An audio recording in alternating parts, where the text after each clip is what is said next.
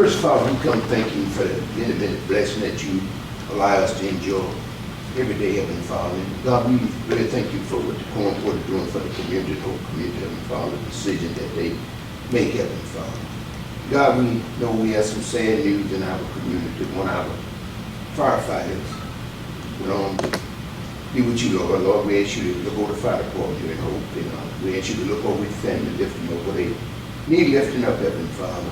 And God, you know all the sickness that we have. We ask you to touch them and lift them up to Heavenly Father. God, we truly thank you for the men and women that keep us safe every day, God. Now, God, I ask you to let our minds, our heart, that we might do the right thing for the county. And God, when we leave this place, I ask you your traveling grace to get us all back home safe with our family. This I ask in Jesus Christ's name and ask you. Thank God. Amen. Ed's going to lead us in the pledge. Join we in the pledge. If you're a veteran, you may salute. I pledge allegiance to the flag of the United States of America and to the republic for which it stands, one nation, under God, indivisible, with liberty and justice for all. Sit down for us. Slowly but surely.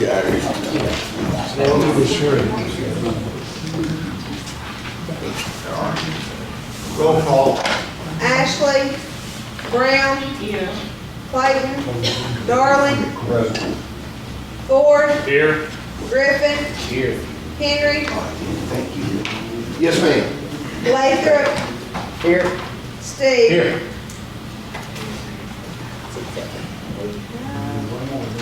Well, we have 7, we can conduct the meeting because we do have 7.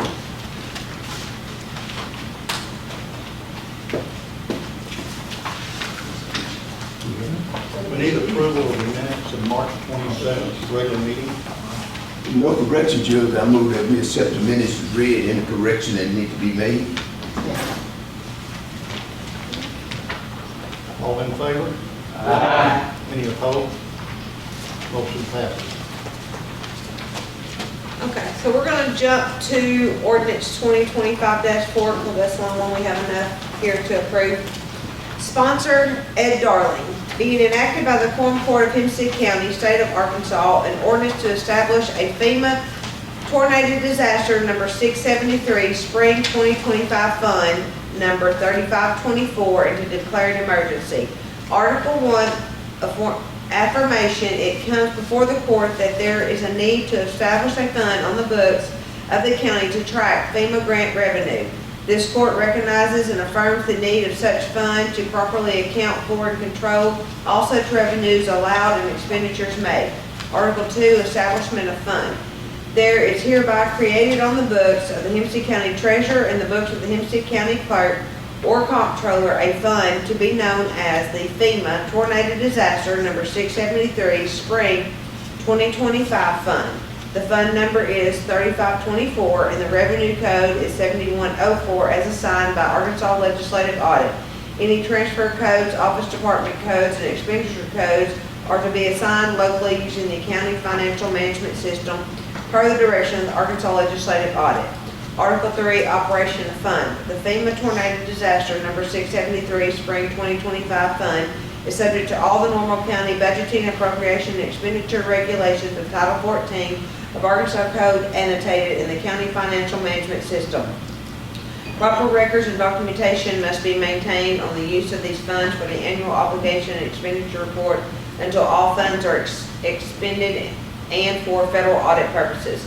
Article 4, emergency clause. It is found by the court that the receipt of the FEMA funding is intimate, making it necessary to establish the FEMA tornado disaster number 673 spring 2025 fund in order to properly track the revenue and appropriate expenditures. Therefore, an emergency is declared to exist, and this ordinance shall be in full force and effect and dated in passage and approval. So moved. Second. Roll call. Brown, Yes. Darling, Yes. Ford, Yes. Griffin, Yes. Henry, Yes. Lathrop, Yes. Steve. Yes. So I knew that we were probably gonna be short today, so I did check with, Association of Arkansas Counties. Because last month we weren't able to pass this one appropriation ordinance because we didn't have enough here. Lindsay recommended that I go ahead and read these next two ordinances. If we read them 3 months in a row, we can pass them with a simple majority of 6. Because we don't know when we're gonna get our 2 vacancies filled. So with that, I'm just gonna read one and go right into the other. Appropriation Ordinance 2025-3, sponsored Jesse Henry. An ordinance transferring funds within the county general budget entity 1,000 for Hempstead County, Arkansas for the year 2025. An ordinance to be entitled Transfer Ordinance Number 2025-3. Whereas the county general fund may be used generally for government services traditionally provided by county government, these funds are subject to all the normal county budgeting, appropriation, and expenditure regulations of Title 14 of Arkansas Code annotated. Now therefore be ordained by the Quorum Court of the County of Hempstead, State of Arkansas, Article 1, Number 1, that the amount of $3,000 should be transferred from County General Quorum Court other miscellaneous budget entity 1,107-31000 to the following in the amount set forth below. 1,000-800-4005 vehicles, $3,000. Copies of said budget shall be filed in the office of county clerk and shall be available for inspection and copying by any person during normal office hours. Article 2, if any of the provisions of this ordinance or the application thereof to any person or circumstances shall be held invalid, such invalidity shall not affect the other provisions or applications, and to this end, the provision of this ordinance are declared severable. Article 3, pursuant to Arkansas Code annotated 14-14-907, this appropriation ordinance shall be in full force and effect and passage after its passage and approval. This is the moving of the money that y'all said to move for the veterans fund. That's what this ordinance was for. Ordinance 2025-5, sponsor Ed Darling, be it enacted by the Quorum Court of the County of Hempstead, State of Arkansas, an appropriation ordinance to be entitled, an ordinance amending the appropriation ordinance 2024-19 for Hempstead County, Arkansas for 2025. Whereas the elected officials and department heads of the various offices of Hempstead County have prepared budgets and submitted them to the Quorum Court for approval, and whereas the county has need to make an amendment to the appropriation for the year 2025 for the operation of the county road department and its business. Whereas these funds are subject to all the normal county budgeting, appropriation, and expenditure regulations of Title 14 of Arkansas Code annotated. Now therefore be it ordained by the Quorum Court of the County of Hempstead, State of Arkansas, that Article 1, Number 1, that the Hempstead County road budget for 2025 shall be amended as to follow.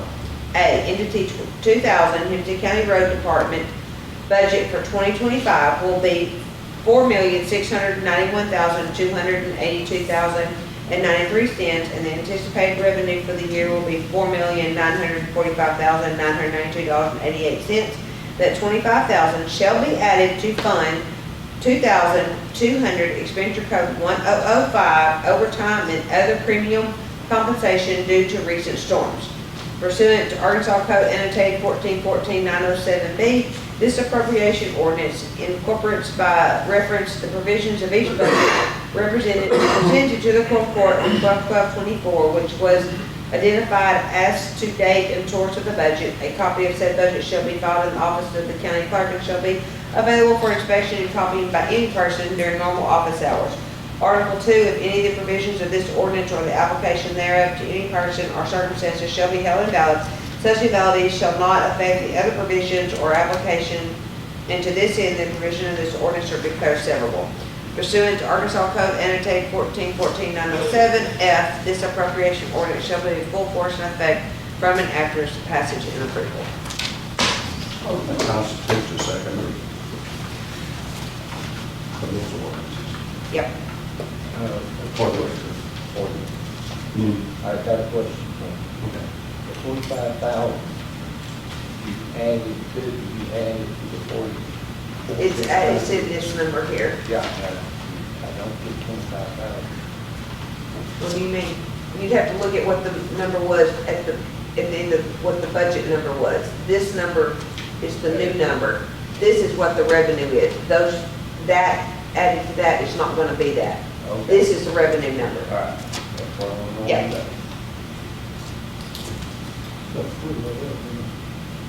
That's all I have. I want to say something. Number one is we're not anywhere near finished with our roads. Now, we put a lot of overtime in to, mainly at the first, it was just trying to put up signs for safety reasons.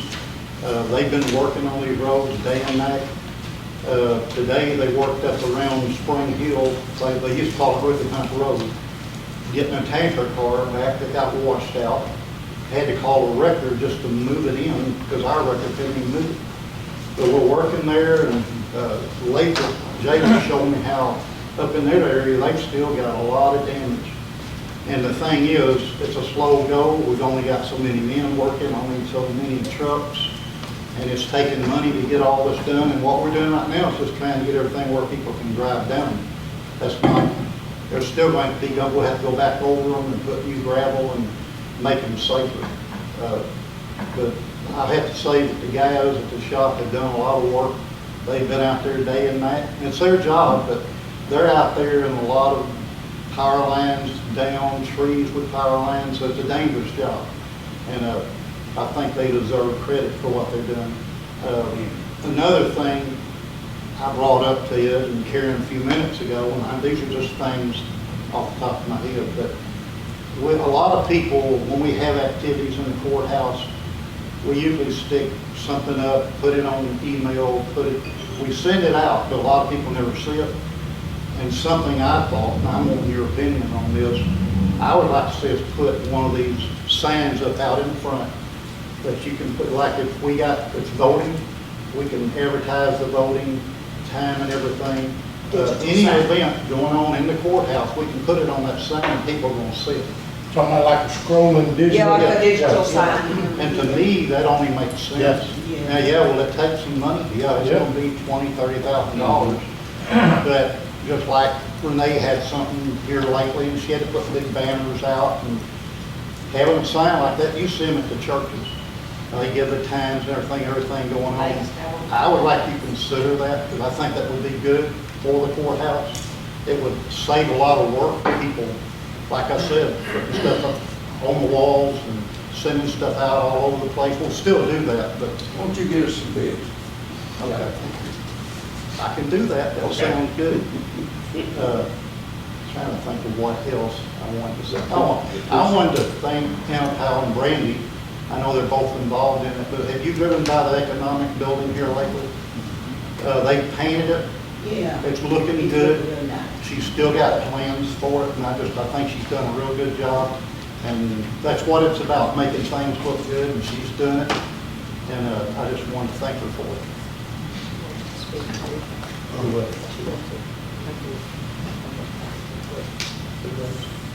Yeah, okay, come on now.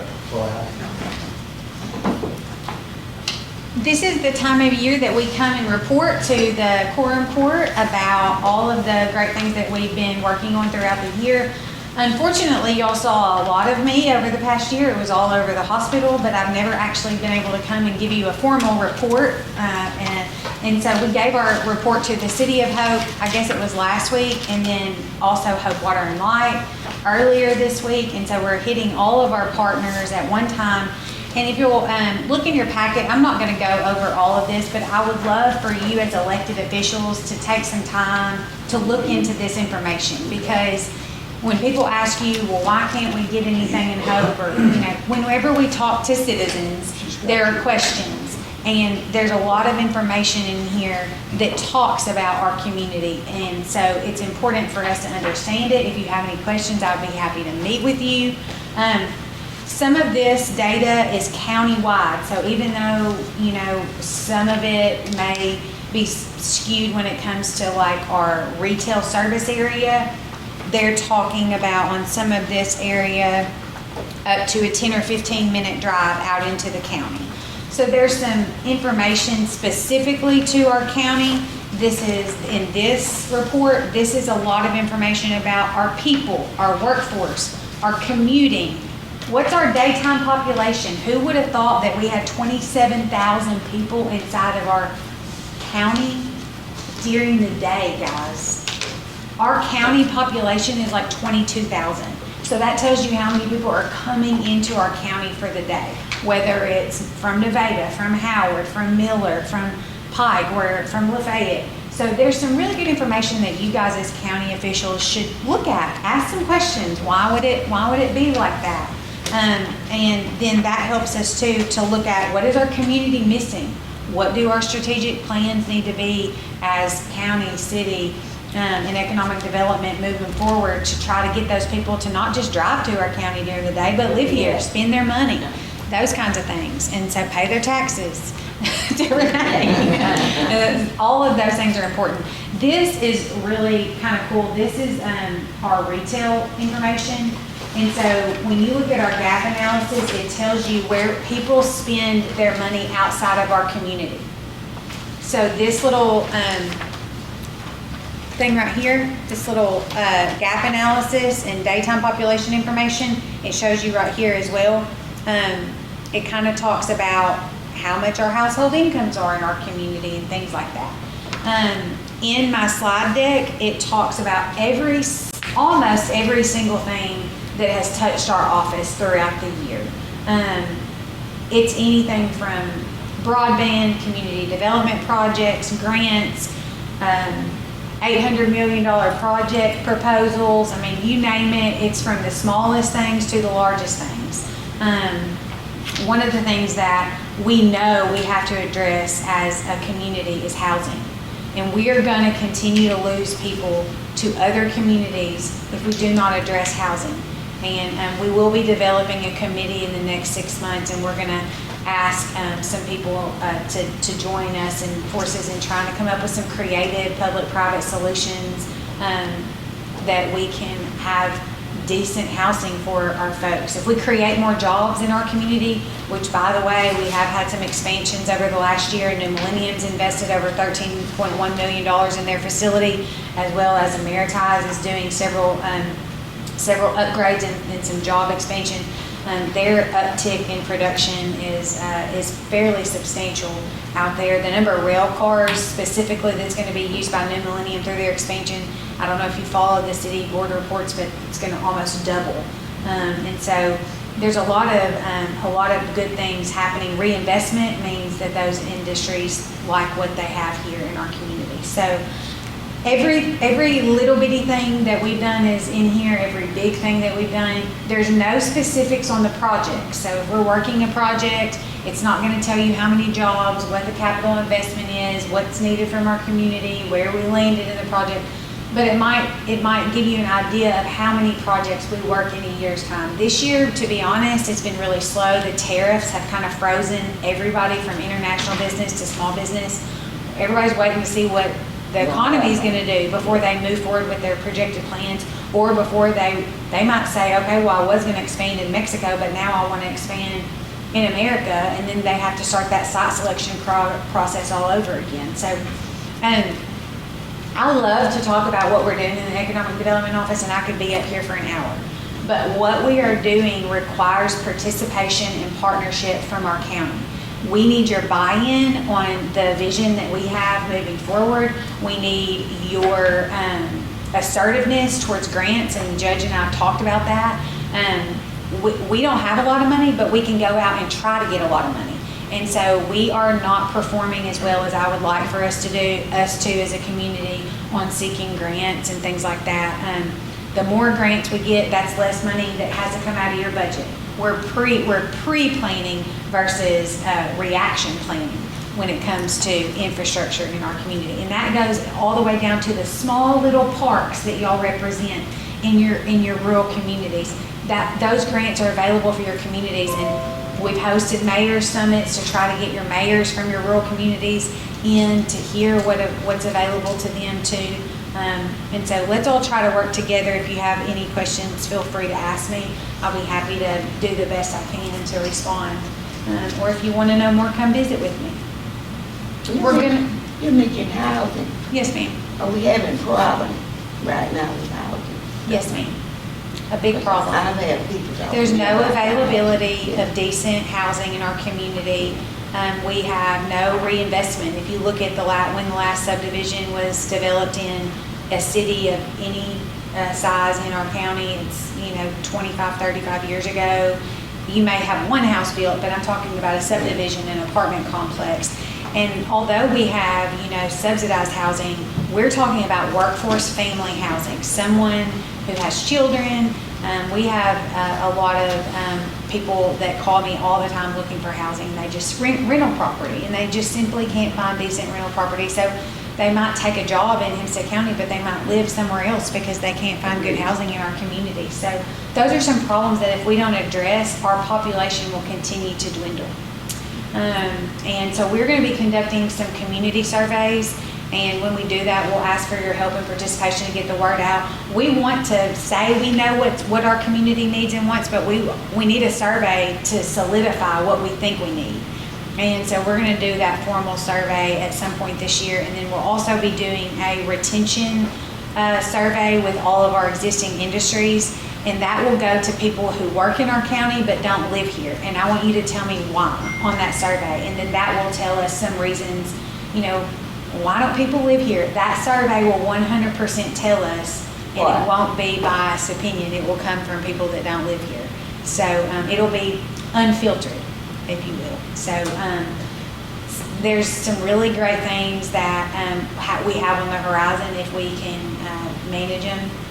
We are trying our best to be competitive with economic development without an economic development tax. And so we do the very absolute best we can, and we appreciate your partnership and your support. And and we appreciate your support with our hospital. That's the backbone of our most recent work that we've done. And it's not over. We're still fighting for funding, but we're continuing to try to look ahead and find a reimagined future for healthcare in our community. Any questions? One of the biggest things that I have up in my district is, are there any updates on the broadband internet So availability? the contracts have already went to bid for that. So we haven't looked at the map recently because we haven't been as involved. We had the initial launch of the broadband project, not necessarily in our office, but it was kind of housed and communicated in our office. We are in a lot better shape than a lot of counties, whether you believe that or not. It's just really sad what some counties are facing on that. But I will say that that's been about a year. So in 4 more years, all of those contracts have to be completely built out and access available. I do know some folks, and I'm not promoting any particular organization, but I do know some folks that have had some real challenges, and they have moved to Starlink, and it has been successful for them. It is not, it's not cheap, but no good internet is cheap.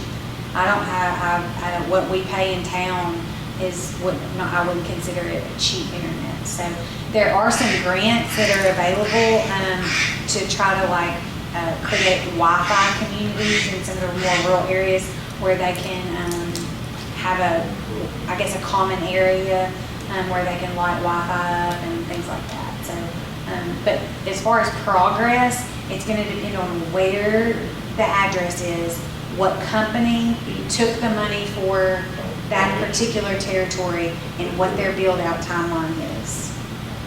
And there will be clawbacks if they do not do what they say they're going to do within the allotted timeline.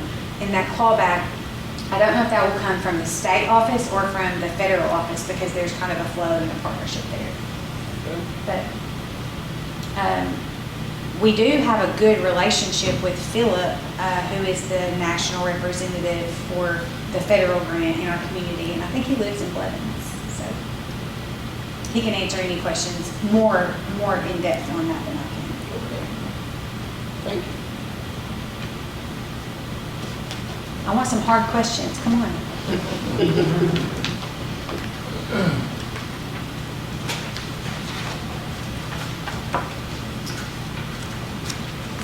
I'm looking forward to the survey. Yeah. I have my own ideas. Yeah, we all have our own ideas, Well, right? I came to work first time in Arkansas in 1983. By 1988, we had 5 PhDs at the Southwest Research Extension Center. When I came back in 08, there was 4. Today, there's 1. The number of master's degree people have dropped the same ratio. And part of it is some changes in funding and things. Part of it is trying to find people that want to come to live here. And that's, they've got options. And to get those good people, we've got to be able to have where they can come in and says, I can raise my children, they can go to school, they can have the opportunities they've got. And I think that's the key. And I think as we go through thinking about this, and as this body goes, that's something we need to keep in the back of our mind. How do we increase the life of the citizens that are here today? And that would reflect to people, so that these people have a nice place to live. I wouldn't mind moving to that location.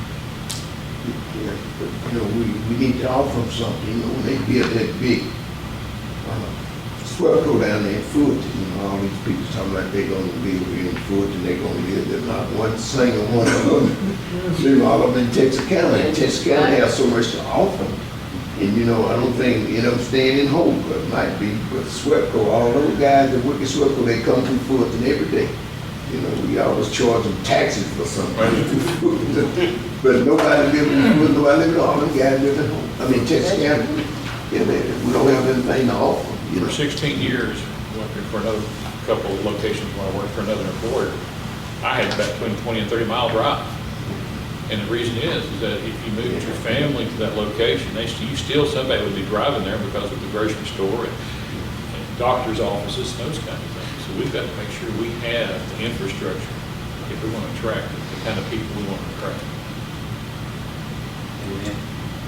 Yeah. And they're not gonna just arrive. I mean, No. I hate to say this, but they're not gonna just arrive and be like, we wanna be here. We have to work to get them here and give them lots of incentives to get here.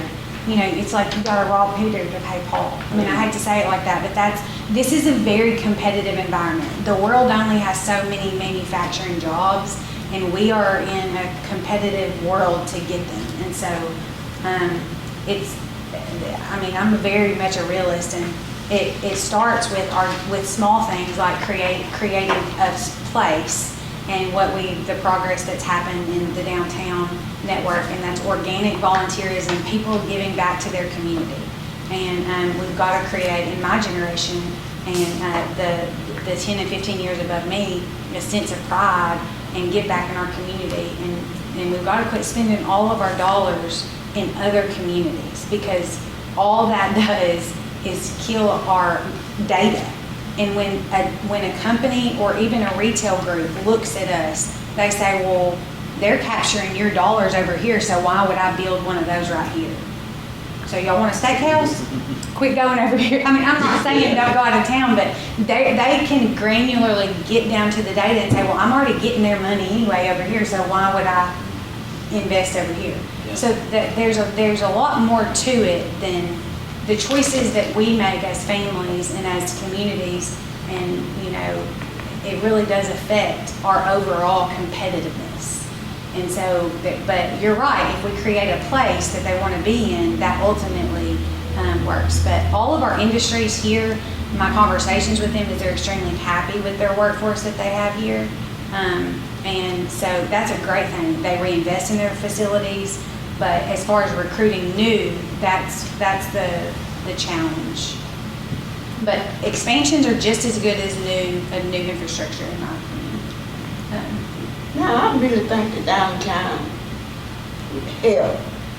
Yes, ma'am. It looks Downtown good. Hope is beautiful. Yes, ma'am. It looks so good. And let's keep doing what we're doing now, but we just need people to stay in Hope, live in Hope.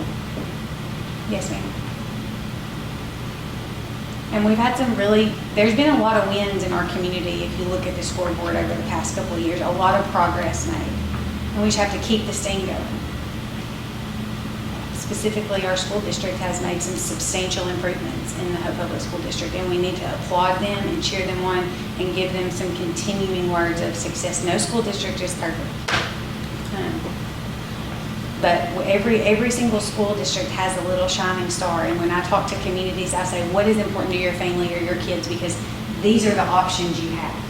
If this is something you like, this school's really good at this. If this is something you like, this school's really good at this. So that's how we have to do it. But I thank y'all for your service. I'd love to dive deeper into this, but that's all the time I have for today. And so y'all come talk to me and we can strategize on how to move this thing forward. Grants are the first thing for y'all though. You've got to get more grants at the county level. Union County had like $10 million in grants, and I'm kind of competitive. So when I saw that slide, I got a little mad.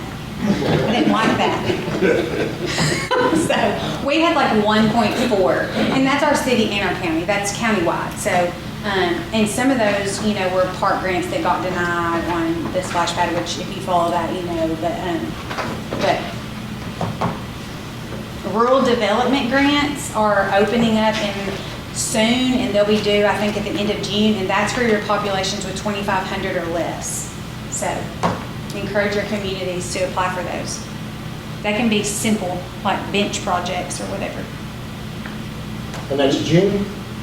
They open up May 1st, I think. Rural development, and it's on Arkansas Economic Development Commission's website. It's a pretty simple application. If you need some help, we can help you and connect you with the resources. I think it has to be applied for by a city official, but that, I mean, we'd be happy to help in any way we can on this.